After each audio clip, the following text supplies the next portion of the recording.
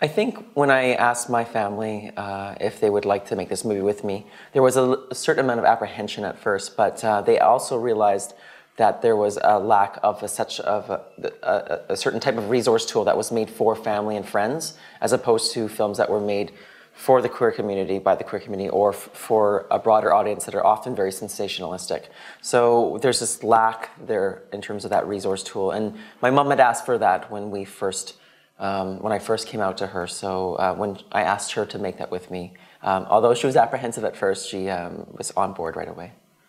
One thing that I thought was incredibly important to do when making this film was to make it on consumer-grade equipment. And the reason why is because most people, whether they're men or women, but most people don't have access to the high-definition equipment, the funding, the financing to make films.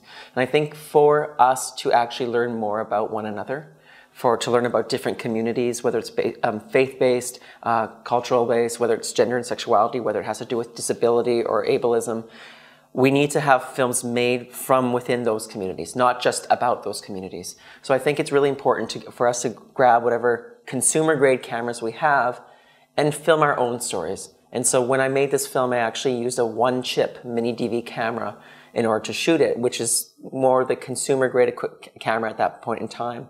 And for me, it was very political. And I think that by going around and showing people this film, which really connects with people, and then letting them know that it was made on consumer-grade equipment makes them think, okay, wait a minute, maybe I can tell that important story that I want to get out there, so that people will be able to not just see my community from someone else's point of view, but actually know my community from my community's point of view. And I think that helps bridge the gap more. I think it creates empathy as opposed to sympathy, and acceptance as opposed to tolerance.